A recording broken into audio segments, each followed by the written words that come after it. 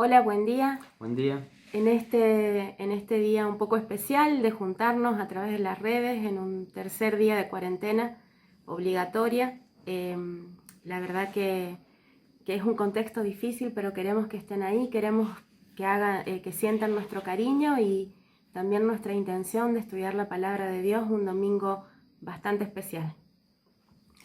Y por eso es que los convocamos a leer un pasaje que habla sobre la vida de Elías. Si no lo leyeron, los invitamos a que pongan en pausa unos segundos el video para poder leer el pasaje que queda en el libro de Primera Reyes, el capítulo 17 completo y unos versículos del capítulo 18. Del capítulo 18 tenemos versículos 1 y 2 y del 42 al 45. O sea, repasando el pasaje, Primera Reyes 17, del 1 al 24, 18, versículos 1 y 2, y 18 del 42 al 45. Este pasaje nos habla de un momento particular en la vida de Elías. De hecho, es la primera mención que tenemos sobre Elías en 17.1. Él era un profeta que vivía en el reino del norte, que se llamaba Israel. El reino del norte estaba gobernado por Acab, que fue uno de los peores reyes, y a causa de la impiedad, del pecado que el pueblo tenía contra Dios, Dios les trae una sequía y decide utilizarlo, como tantas veces en la Biblia. Él lo que va a hacer, decide hacerlo a través de las personas. Él decide hacerlo a través de Elías. Y en esta mañana lo que vamos a hacer es analizar las distintas situaciones que se mencionan en relación a Elías para poder sacar aplicaciones para nuestra vida. Voy a ir leyendo algunos pasajes clave como para ir explicándolos y bueno, y a partir de ahí sacando enseñanzas. Vamos a usar mencionar pasajes o a través de la Biblia textual en su cuarta edición o de la Reina Valera 1960. Y 17.1, Primera Reyes 17.1 dice: y Elías Tisbita, que era de los moradores de Galaad, dijo a Acab: vive Yahvé, Elohim de Israel, en cuya presencia estoy, que no habrá rocío ni lluvia en estos años, sino por mi palabra. Entonces tenemos una situación de sequía que es iniciada por obra de Dios a través de la palabra de Elías. Y así comienza el contexto, la situación en la que vamos a estar meditando en esta mañana, que tiene que ver con un contexto de social difícil. No estamos hablando solamente de Elías, sino de toda una región que estaba padeciendo una situación difícil. Es necesario en este punto pensar que la sequía fue para todos, fue para los del pueblo de Israel y para los que no eran pueblo. Fue para la parte del pueblo de Israel que seguía en contacto con Dios y la parte del pueblo de Israel que se había rebelado contra Dios. ¿Por qué entendemos esto? Si nosotros queremos analizar la situación que estamos viviendo hoy, es necesario entender que nuestra situación es para todos, es para cristianos, para no cristianos, en un contexto social de sequía o de angustia que nos pone a todos en el nivel, nos está nivelando. Escuchaba ayer a una amiga que me decía, una amiga de España que me decía: acá está cayendo mucha gente con este virus, y está cayendo gente rica, gente pobre, políticos, amas de casa. En esta situación es como queríamos remarcar que hay situaciones sociales que nos afectan a todos como pueblo sin distinción. Por ahí queríamos pensar en esto en relación a la sequía. En este momento de Israel, lo que motivaba a la sequía era el amor de Dios. Parece como contradictorio, pero dentro del plan de salvación de Dios, dentro del plan de buscar al hombre, de acercarse al hombre, pensó en este momento histórico en una sequía para llamar la atención. No es porque Dios necesite la atención, lo hace por amor, porque yo necesito darle la atención de Dios. Hay cosas que son consecuencias de la mala administración del planeta, cosas que son consecuencias de la mala administración de las relaciones entre los hombres, y corremos a Dios del lugar. esto desencadena situaciones sociales como esta en la que vivimos y nos va a afectar a todos por igual. Pero entender que no nos podemos salir de contexto. Desde Génesis, Apocalipsis, la Biblia enseña que lo que prima para motivar a Dios para hacer lo que hace es el amor. Es Dios amando quien se manifiesta en diferentes situaciones. Este Dios que ama se manifiesta en esta situación específica, acá en la Biblia, con una sequía. En nuestra situación específica tiene que ver con otra sequía o con otra angustia social, pero sigue siendo amor de Dios manifestado en esta situación. Y en relación a esto que decíamos que nos afecta a todos, cristianos y no cristianos, tenemos otro pasaje que hace mención a esto, que es en Mateo 5:45, que dice, viene hablando Jesús, para que sea hijo de vuestro Padre que está en los cielos, que hace salir su sol sobre malos y buenos, y hace llover sobre justos e injustos. Las situaciones buenas y las situaciones malas pueden ocurrir a todos por igual. Si bien hay situaciones concretas en la vida de uno, situaciones malas que son consecuencia de nuestro pecado, pero en general la vida en este planeta hay cosas buenas que le ocurren a todo el mundo, gente que busca a Dios y gente que no busca a Dios, y hay cosas malas que le ocurren a todo el mundo, gente que busca a Dios y gente que no busca a Dios.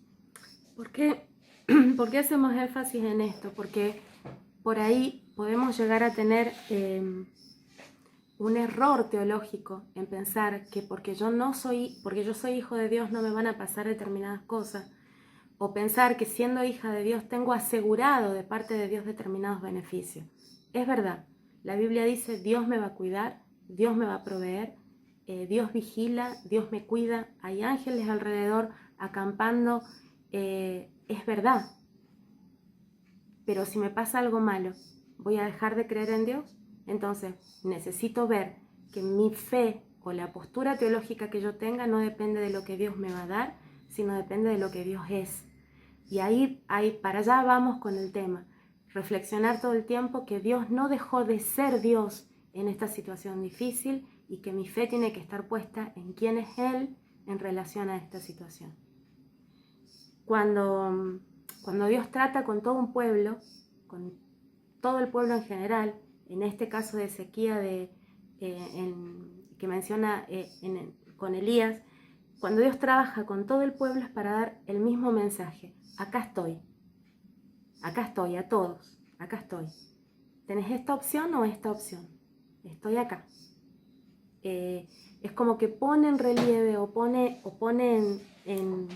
le da entidad a la decisión que tengo que tomar delante de Dios, como todos los días, pero en estas situaciones de crisis toma más fuerza, es más evidente.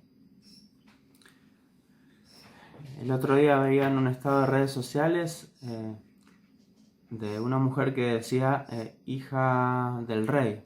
Y lo he escuchado muchas veces que los cristianos somos hijos del rey. Y es verdad, nuestro Dios es rey, pero se usa generalmente en un mal sentido.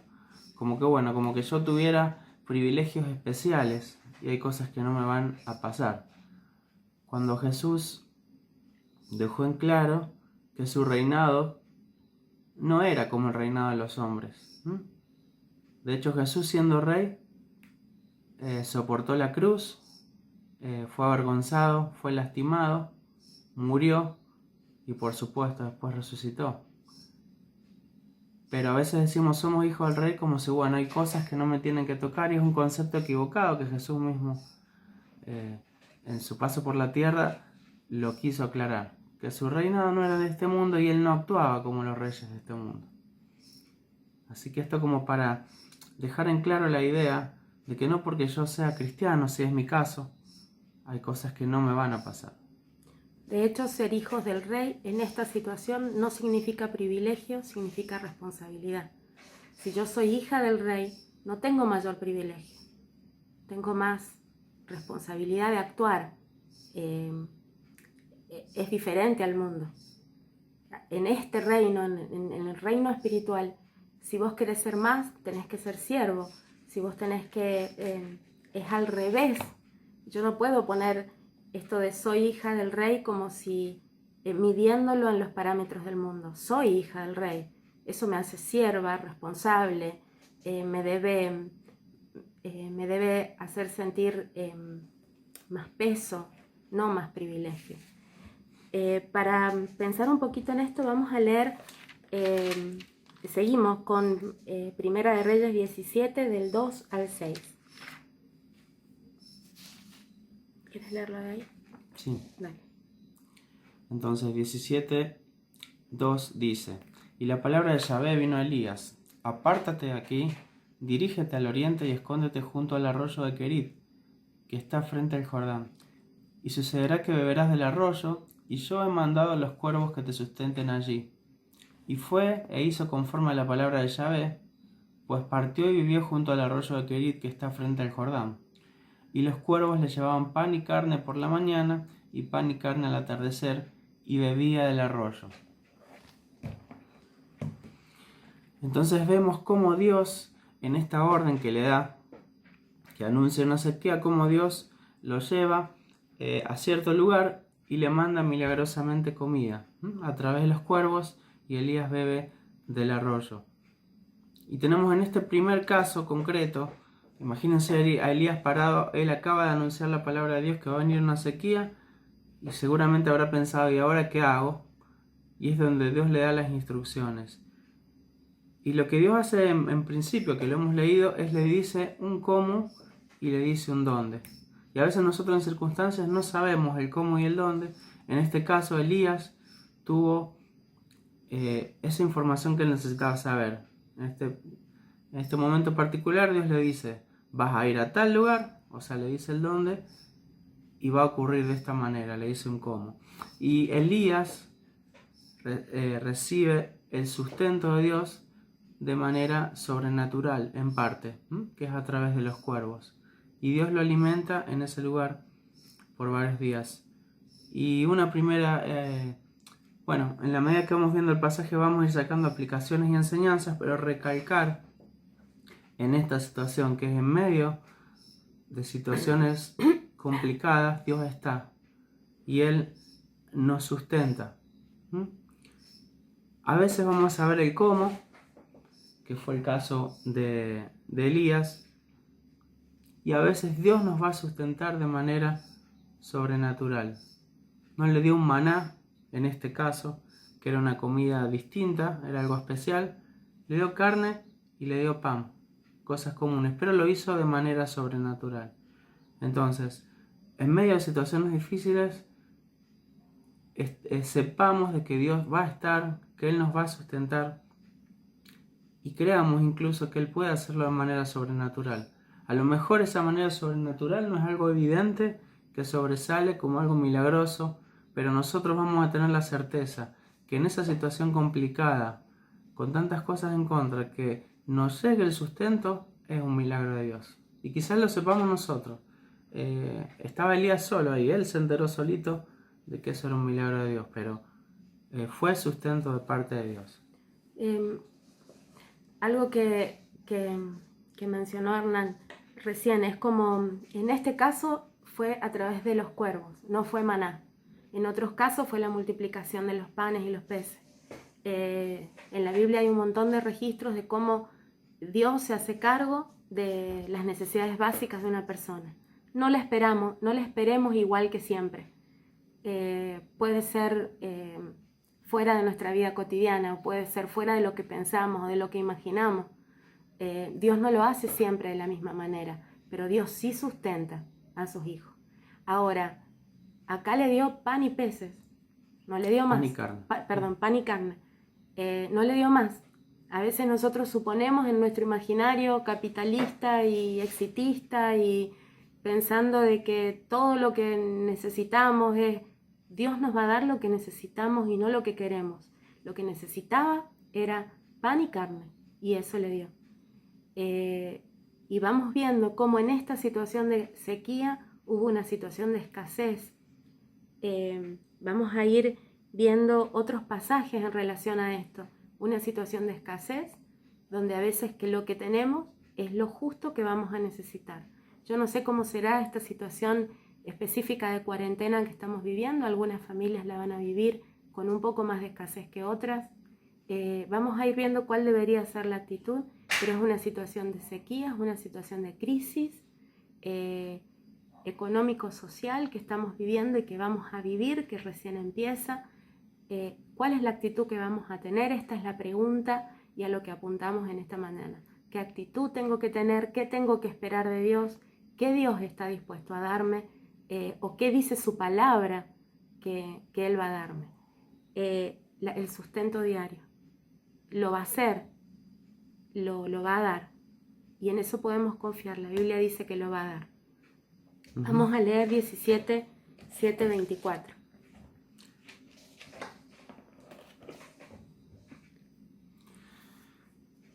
Dice, y sucedió que pasados los días se secó el arroyo porque no había llovido en la tierra. Y la palabra de Yahvé vino a Elías diciendo, levántate, ve a Sarepta de Sidón y mora allí.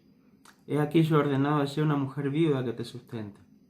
Y él se levantó y fue a Sarepta, y cuando llegó a la puerta de la ciudad, he aquí una mujer viuda estaba allí recogiendo leña, y él la llamó y le dijo, te ruego que me traigas un poco de agua en un vaso para que beba.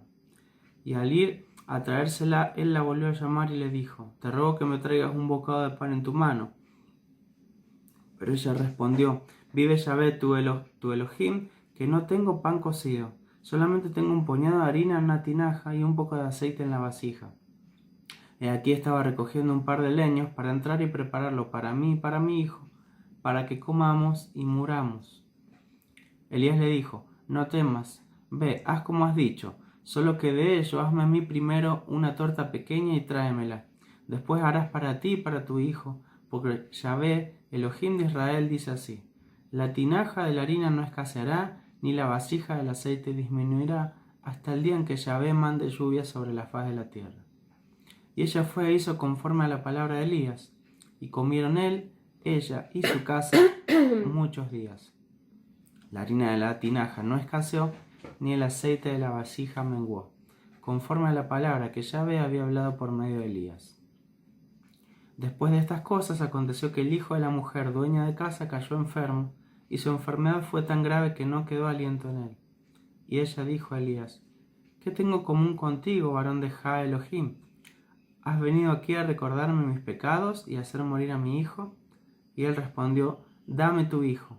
Y lo tomó del seno de ella, lo llevó al altillo donde vivía, y lo acostó en su propia cama. Y clamó Elías y dijo, oh Adonai, testigo de la viuda que me hospeda y que maltrataste matando a su hijo. E insufló en el niño 3 veces, y clamó a Adonai diciendo, oh Yahvé, Elohim mío, haz volver la vida a este niño. Y sucedió así, y le volvió la vida al niño, y el niño gritó. Y lo bajó del altillo y lo entregó a su madre. Y dijo Elías, mira, tu hijo está vivo. Y dijo la mujer a Elías, ahora sé que eres varón de Elohim, y que la palabra de Yahvé en tu boca es verdadera. Vamos a ver ahora una cuestión de... seguimos analizando la cuestión del sustento. En este caso vamos a ver cómo el Señor sustentó. Perdón la ausencia, tiene que ver con una logística con los niños, con las niñas. Bueno, en este caso tiene que ver que Dios sustentó a través de otra persona. Ya no fue una cuestión tan sobrenatural, no trajo cuervos, trajo personas específicas que me dieron, que fueron generosos, que me sustentaron. Estemos atentos a esto, y acá queremos sacar varios principios. En primer lugar, el principio de estar atento a la necesidad del otro. Atento a que quizás hay personas que están necesitando y yo no tengo más que harina y un poco de aceite. Y voy a tener dos opciones. Pensar, esta harina y este aceite es solo para mí, o pensar, puedo darle, puedo compartir lo que tengo en este tiempo. No estamos hablando acá solamente de lo económico, estamos hablando de de otro tipo de sustento. Quizás que hay hermanos que están necesitando el sustento emocional, y yo no me quiero desgastar el sustento emocional que tengo para invertirlo con otros hermanos. Quizás que hay hermanos que están necesitando el sustento espiritual. Lo que yo tengo es mío y me desentiendo de lo que pasa alrededor, y no funciona de esta manera. El 100% de los casos en la Biblia, la ayuda a un ser humano vino de otro ser humano. Por un tiempo Dios lo puede hacer de manera sobrenatural como los cuervos, pero después te va a usar a vos y me va a usar a mí, y tengo que estar atenta a esto. Y aún en esta situación, esta mujer parece que no confiaba en Dios, se veía ajena, hablaba tú Dios, tú Elohim, parecía lejana. Quizás que el sustento viene de gente no cristiana o no, pero el punto es, ¿cuál es mi actitud ante la necesidad del otro? Recordemos que Sarepta quedaba en una ciudad que se llama Sidón, y el pueblo de Israel había recibido desde hace mucho tiempo atrás que no se juntaran que no hicieran alianzas con extranjeros, que no se casaran con extranjeros. Entonces, de golpe, que el mismo Dios lo mande a un pueblo extranjero, debe haber sido para Elías algo muy fuerte. Como decía Leticia, es como si pensemos en el país al que pertenecemos y pensemos en un país con el que hemos tenido algún conflicto bélico, o con el que históricamente hay alguna cuestión de rechazo. Bueno, pensemos que Dios nos manda ahí.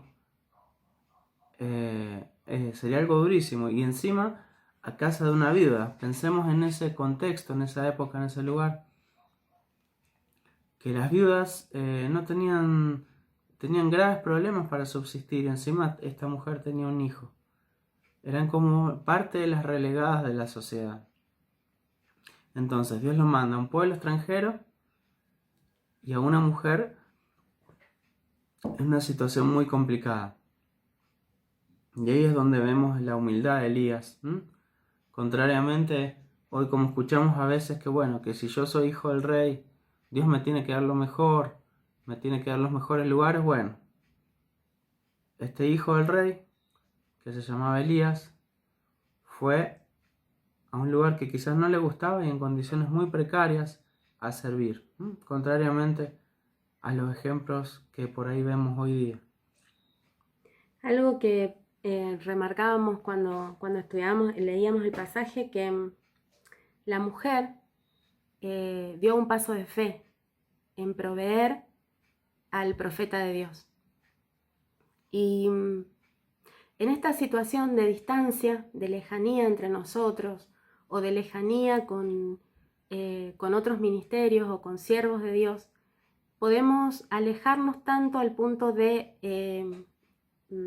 no me voy a empatizar con la necesidad del otro, me voy a correr y voy a dejar de dar o voy a dejar de sustentar a otras personas porque yo estoy en una situación de crisis, que es legítimo, entonces voy a correr mi ayuda o correr mi sustento. Y pienso en aquellas personas que han hecho algún compromiso misionero, algún compromiso de sostener a misioneros en el exterior o acá mismo. No olvidemos de dar ofrenda a las personas que veníamos ofrendando. No olvidemos de esta situación particular de sequía, que no nos corra de la prioridad. Mis recursos emocionales, mis recursos físicos, inclusive los recursos económicos o los recursos espirituales, tienen que estar puestos en el lugar correcto. Es como un orden de prioridad.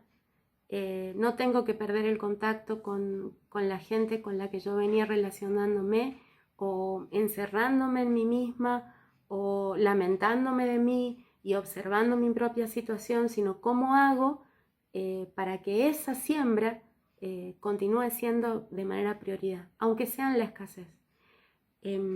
Llama la atención acá que otra vez se administra recursos en la escasez. Y administrar recursos en la escasez es como bastante complicado, pero es necesario administrar mi escasez en Dios.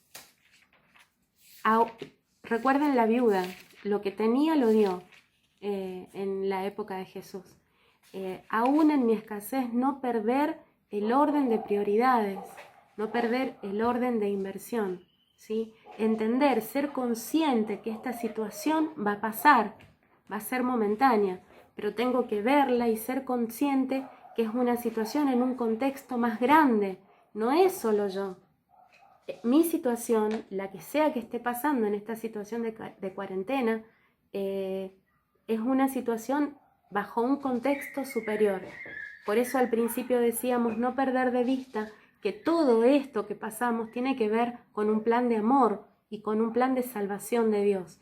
Si nosotros corremos de vista y nos empezamos a ver nosotros mismos, vamos a perder la riqueza para aprender en esta situación. El Salmo 92 dice: enséñanos a contar nuestros días de tal modo que traigamos al corazón sabiduría.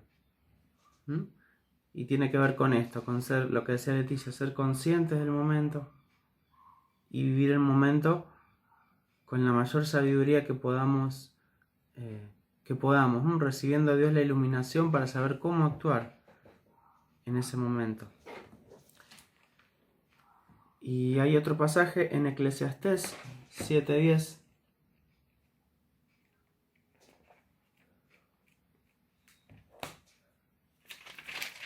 Eclesiastés 7:10 dice: nunca digas por qué los tiempos pasados fueron mejores que estos. No es sabio que preguntes eso. Repito, nunca digas por qué los tiempos pasados fueron mejores que esto. No es sabio que preguntes esto. En situación, pensemos en esta mujer. Dijo, tengo este agua, esta harina, comemos con mi hijo y nos morimos. Viene un pedido, una demanda espiritual. Y ella decidió administrar lo que tenía como un salto de fe y sembrar lo que tenía. Y no hablo de recursos económicos, que no se entienda que estoy pensando en esto solo de sembrar recursos económicos para recibir. No, estoy diciendo de lo que yo tengo, sea mi familia, mis emociones, mi contacto, mis recursos, ser consciente de que lo tengo que seguir invirtiendo en personas, en actitudes. Este momento de cuarentena no me debe de dejar, yo no puedo dejar de trabajar en mi santidad porque estoy de cuarentena. Los recursos que tengo, aún sin ir a la iglesia o sin ver a los hermanos, si nadie me está apuntalando y tengo poquita harina y agua espiritualmente, tengo poquito, tengo que sembrarlo en lo correcto. Tengo que tomar decisiones espirituales. Esto tiene que ver con ser consciente del momento en el que estoy, dejar la queja. La mujer dejó la queja y invirtió lo que tenía, administró los recursos, los talentos, los dones, administró la familia, lo que tenía, administró lo que tenía, sembrándolo en algo correcto, sembrándolo en lo espiritual. Esto que leíamos recién, dejar de decir, dejar de quejarse, dejemos de quejar de las autoridades o de la situación o de mi trabajo o de mi jefe, o dejar de quejarme y tratar de ver qué recursos tengo, invertirlo en el mejor lugar. Eso sería administrar en la escasez en esta situación. Y habíamos visto antes con el caso del arroyo, dijimos que Elías sabía cómo Dios lo iba a sustentar. Y en este caso ahora con la vida también sabemos, Dios le dijo cómo le iba a proveer, pero eso también requería fe. Porque que lo mandara a un pueblo extranjero y a la casa de una viuda con todo lo que significaba eso, requería fe. A veces pensamos cuando buscamos la voluntad de Dios que es suficiente cuando Dios me diga el cómo, listo, ya está. Ahí termina mi parte. Pero en realidad, aún en esas situaciones donde sepamos cómo, nuestra fe tiene que estar en acción todo el tiempo. Seguir creyendo paso a paso que Dios nos va a proveer. En los pasajes que leíamos recién, leímos una situación un tanto triste. La mujer tenía un hijo y el hijo murió. Bueno, el hijo resucitó, pero queremos hablar de la situación de muerte, del rumor de muerte, de la posibilidad de muerte. Y la gran pregunta es la que nos tenemos que hacer. Es en esta situación, por ejemplo, ahora la situación de crisis con el coronavirus, o en otra situación de crisis que podamos pasar, ¿puede llegar a haber muertos cercanos a mí? ¿Puede ser que Dios permita que cristianos fieles mueran en situación de plagas u otro tipo de situaciones complicadas? Esa es la pregunta que por ahí esquivamos, o que no sabemos bien la respuesta, o que por ahí se escuchan respuestas equivocadas. ¿Puede haber muertos cercanos? ¿Puede haber cristianos muertos en una situación de crisis? Acá hubo un muerto. Después Dios lo resucita mediante el clamor de Elías, y ya vamos a pensar un poquito en el tema del clamor. Pero antes de meternos en la situación específica de Elías, queremos pensar en esto. ¿Puede haber muerte? ¿Dios puede permitir que cristianos mueran? Hay un pasaje muy conocido en el Salmo 112, no me acuerdo, 112 o 12, que dice que los que confían en Dios no temen a las malas noticias. Y yo lo he escuchado en estos días como si, bueno, si sos hijo de Dios, no vas a recibir malas noticias. No, el pasaje dice que no tienen miedo a las malas noticias, porque van a tener cómo enfrentarlas, confían en Dios. ¿Puede haber muerte entre los cristianos, entre hombres fieles y mujeres fieles? Sí. Sí puede haber. Esta mujer dio todo lo que tenía y aún así le pasaron cosas malas. Su hijo murió. ¿Puede pasar esto? ¿Dios sería así de injusto? La verdad es que la vida y la muerte no tiene que ver conmigo. No tiene que ver con mis posesiones. Tiene que ver con Dios y un plan de Dios. Ahora, nuestra confianza, ¿dónde está puesta aún en situación de crisis? Mi confianza sigue puesta en Dios. ¿Pueden pasar situaciones de crisis? Sí. Los que confían en Dios no le temen a las malas noticias. Tienen el recurso para afrontarlas. Y lo dijo un salmista que perdió varios hijos y que la muerte lo tocó. Vamos a leer Juan 16:33.